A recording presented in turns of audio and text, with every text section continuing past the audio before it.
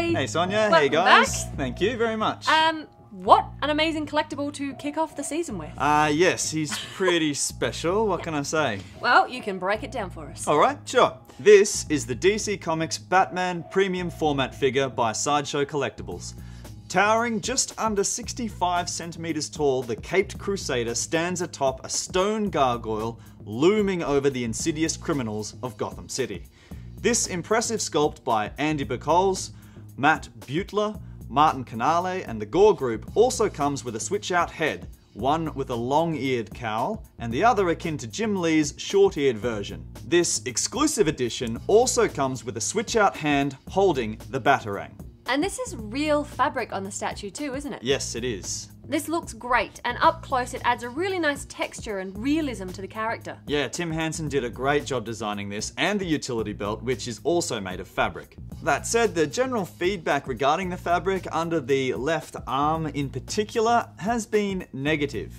It doesn't tuck nicely under the arm to show more of a refined torso and bicep. Yeah, I can see what you're saying, but it's not a huge issue, is it? You can fix this. Oh yeah, you can fix it. You just gotta rotate the fabric on the arm a little further under and tuck it into the joint area. And because the cape covers the costume, you're not gonna see any gathering behind the shoulder blade there. Cool. Now, I love the base on this. Yeah, me too. I mean, it had to be a gargoyle, didn't it?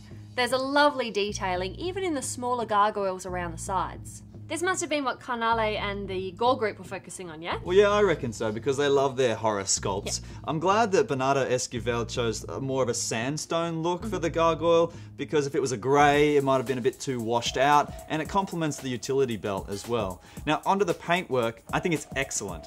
And I love the shine that they've given to the black on his boots, the gloves, cowl, and cape. It has a leathery look, but what it also does, it gives it weight. The cape is beautifully crafted, and it's a good length too, it's not too long. There's a great balance to the piece and realism too, but on balance, I just want to show everyone something. If I tip him a little bit this way, yeah, it becomes a little unsettling, doesn't it? Yeah, that's not good at all. Yes, because the statue is so heavily sculpted over into one direction. And so, yeah, he can stand there unsupported. However, for peace of mind, I'm going to go to a hobby or hardware store and get some of those self-adhesive pads and just layer underneath the base, you know, just for peace of mind. Fair enough. Yeah. Look, I am really impressed by this statue. The switch-out heads are a really nice touch. Again, great paintwork and detail shaping on his mouth and jaw. Except that mine came with a little nick in his chin.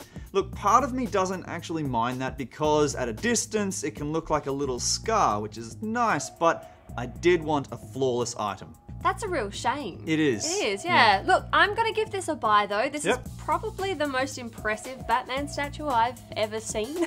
And you don't have to get the exclusive edition to get the switch out heads, yeah? No, that's right. That's a great little addition. And smart marketing by Sideshow because everyone has their favorite Batman. And it's only the exclusive edition that comes with the switch out Batarang. But that's not a big deal because if you're a fan of the short-eared cowl with the turned head, then there's no problem because you can't actually see the Batarang anyway from that position.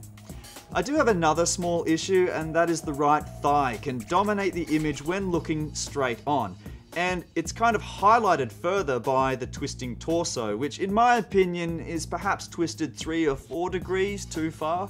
I don't really see that as much of a problem though, because I would assume most people would display him favouring the left side, yeah? Well, yeah, absolutely. It's definitely the stronger side of him. Look, I'm going to give it a buy as well, obviously, but it's not without pointing out some minor flaws in the sculpt. But if I add them all up, it's not going to detract from how impressive this figure is. Yeah. So, yeah, thanks very much, Batman, for helping us out, but you're going back in the box. Aw, why does he have to go back in the box? I got no room for him at home to put him anywhere. Oh, so. hey, well, if you got no room, you know, I could probably, you know, find somewhere to put Get him. out! No touching. No touching. He's always doing that. Yeah, he's always doing that. No touching.